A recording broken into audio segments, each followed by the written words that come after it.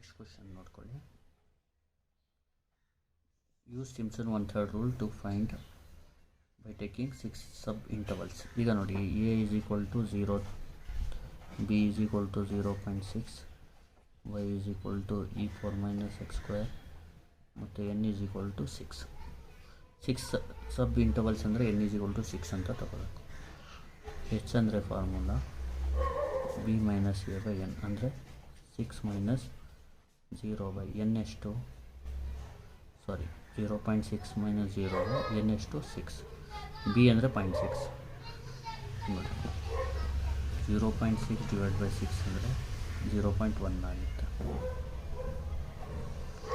ಹೆಚ್ಚಾದಮೇಲೆ X ಬರ್ಕೊಳ್ಳಿ, 0ಇಂದ start ಮಾಡಿ 0.1 0.2 0.3 0.4 0.5 0.6 y. ಇಲ್ಲಿ e4 ಮೈನಸ್ ಎಕ್ಸ್ ಸ್ಕ್ವೇರ್ ಅಂತ ಹುಡ್ಕೋಬೇಕು. Shift plan minus X square calculate. X ಜಾಗದಲ್ಲಿ 0 ಹಾಕಿದ್ರೆ 1 ಬರುತ್ತೆ. ಎಕ್ಸ್ ಜಾಗದಲ್ಲಿ 0.1 ಹಾಕಿ 0.99 ಬರುತ್ತೆ. ಎಕ್ಸ್ ಜಾಗದಲ್ಲಿ 0.2 ಹಾಕಿ 0.9608 ಬರುತ್ತೆ. 0.3 ಹಾಕಿ 0.9139 ಬರುತ್ತೆ.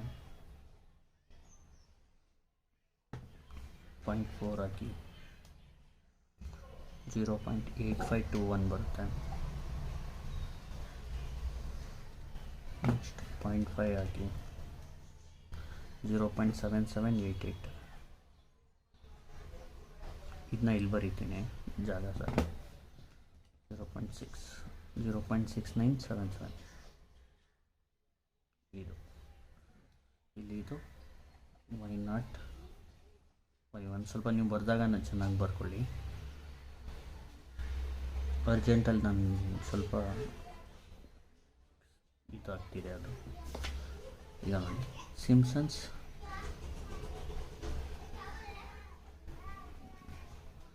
one-third rule for n is equal to 6 is a to b y dx is equal to h by 3.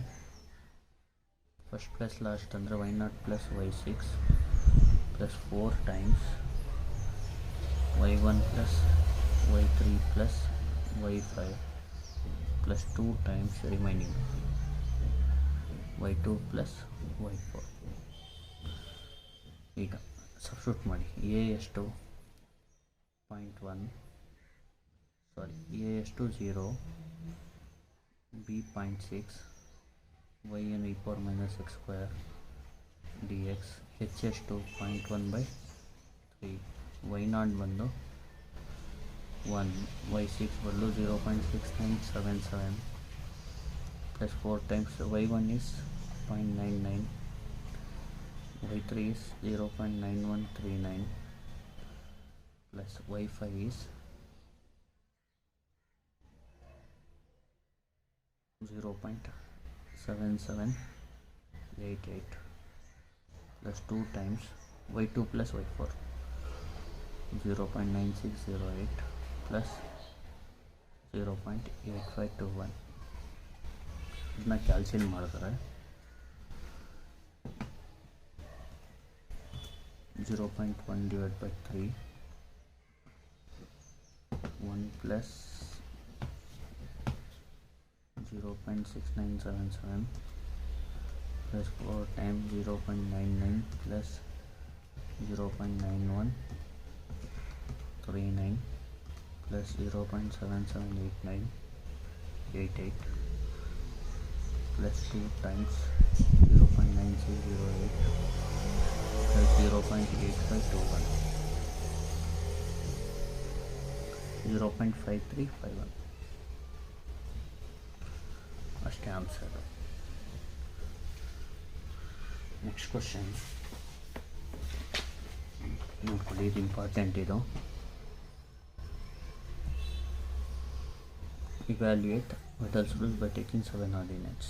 Solution: a ಬಂದು 0, ಬಿ ಬಂದು 1, n 7 ಆರ್ಡಿನೇಟ್ಸ್ ಅಂದರೆ 6, y ಬಂದು x/1 + x². dx ಇದ್ದರೆ dx ಐತಲ್ 1 ಇದರಲ್ಲಿ ಹಾಕ್ಬಿಡಿ, ಏನಿದೆ ಬೈ x/1 + x². n ಅಂದರೆ formula, ಸಾರಿ h ಅಂದರೆ b - a/n. b ಏನು 1 - 0/n is 6 ಅಂದರೆ 1/6. ಈಗ x ಬರ್ಕೊಳ್ಳೋಣ. ಸ್ಟಾರ್ಟು 0ಇಂದ ಮಾಡಿ. 0 + 1/6 ಅಂದರೆ 1/6. 1/6 + 1/6 1/6 + 1/6 ಅಂದರೆ 1/3. 1/3 + 1/6 1/2. 1/2 + 1/6 2/3. 2/3 + 1/6 is 5/6. ಈಕ್ವಲ್ ಹೊಡೆದ್ರು ಆ ಥರ ಒಂದೊಂದು ಸೈ ಬಂದ್ಬಿಡುತ್ತೆ. ಬರೀ ಈಕ್ವಲ್ ಹೊಡೆದ್ರು ಸಾಕು. ಆದರೆ ಪ್ಲಸ್ ಮಾಡ್ಕೊಂಡೇ ಹೋಗಿ, ಯಾವಾಗಲೂ risk ತಗೋಬೇಡಿ. x/1 + x². x/1 + x². Calculate. x ಜಾಗದಲ್ಲಿ 0 ಹಾಕಿದ್ರೆ ಆನ್ಸರ್ 0. 1/6 ಆಗಬೇಕೀಗ. ಆನ್ಸರ್ ಬಂದು 6/37. 1/3 ಹಾಕಬೇಕು. 3/10. 1/2. 2/5.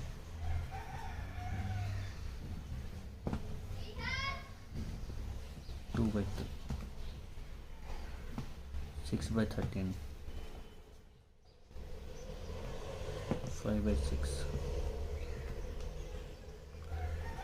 30/61. ಆಮೇಲೆ 1/2.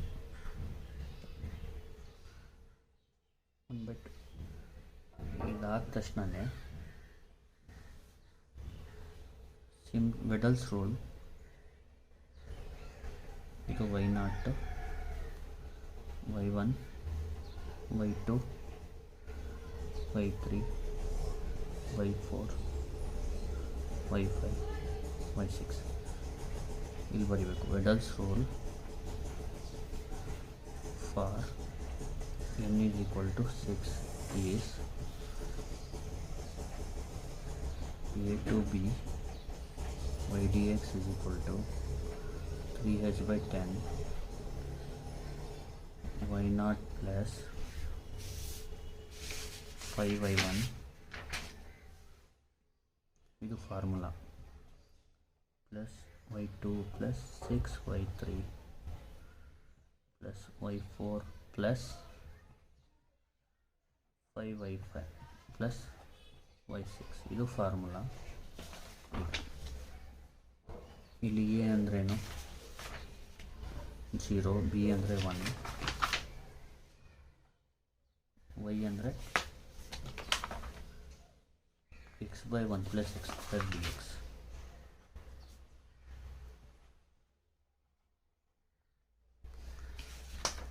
ತ್ರೀ ಇಂಟು h ಅಂದರೆ 3 × 1/6/10.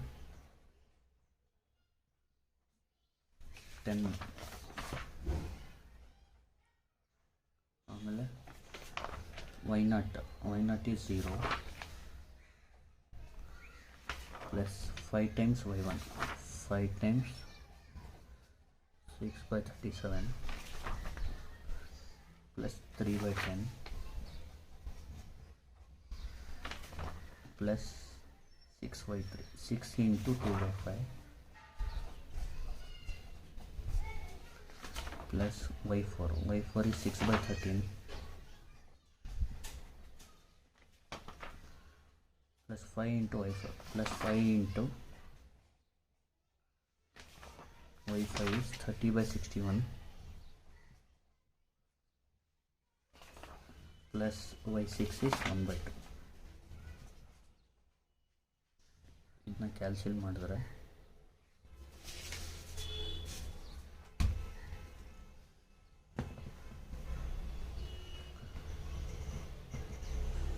3 into 1 by 6 by 10, 0 plus 5 into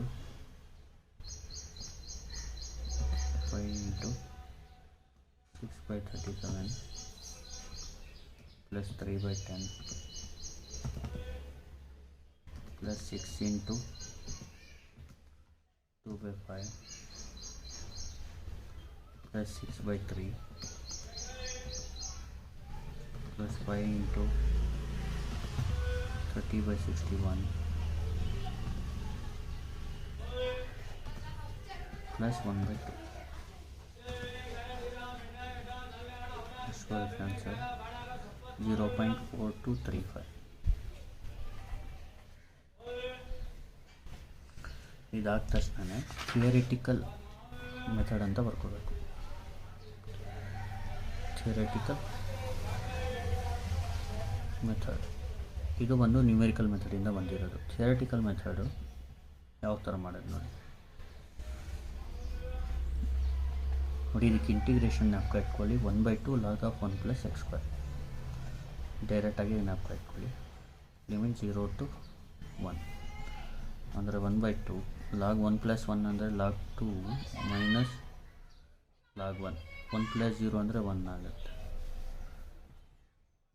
1/2 log 2 log 1 is 0 log 2 ಆಗುತ್ತೆ. ಈಗೇನು ಮಾಡಿ ಫ್ರಮ್ 1 and 2 ಇದು 1 ಇದು 2 from 1 and 2 left hand side same ಇದೆ, ರೈಟ್ ಹ್ಯಾಂಡ್ನ ಈಕ್ವಲ್ ಮಾಡ್ಕೋಬೋದು. From 1 and 2 1/2 log 2 is equal to 0.4235. ಈಗ ನೋಡಿ ಇಂಟು 2 ಮಾಡಿದ್ರೆ log 2 ಸಿಗ್ಬಿಡುತ್ತೆ. 0.4235 into 2 0.8470. log 2 ಆನ್ಸರ್ ಬಂದು 0.8470. ಈ ಥರ ಫೈಂಡ್ ಮಾಡಬೇಕು.